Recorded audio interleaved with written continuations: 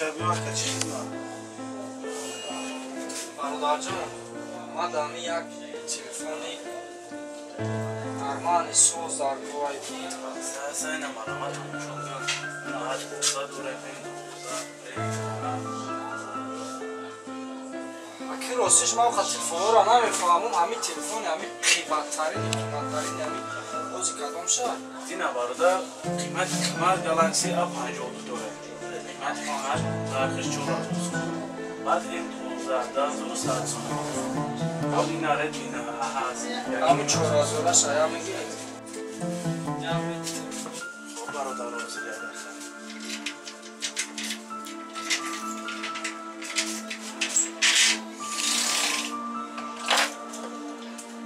برادر تلفن قیمت A52 با کاروبار همین میشه ما بیا پیچونش برادر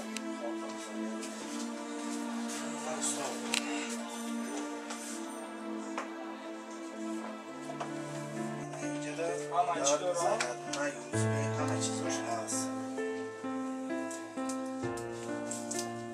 بیا پراویت کدامی اما ساعت فروز گارانتیش خیلی برای خودمون میگیم ماکینه چونش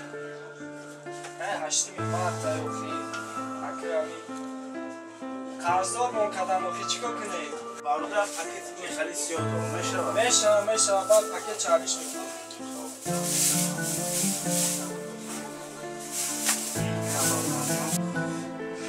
انا برادر جون یه چیز دیگه یکم تلفنی خاصی بیو داری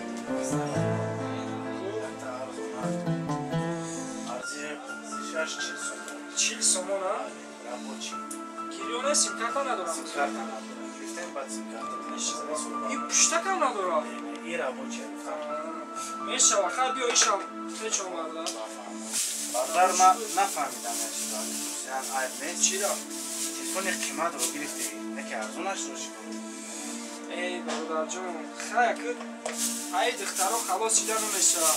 آن ایشم برای هشتی مرد برای عروس ما گرفتم ایشم برای هشتی مرد برای مادر ما گرفتم تلفنش ویران شده اگر میشه و شوخی کامپیوتر کتکی گاو بزنم سلام علیکم برادر جون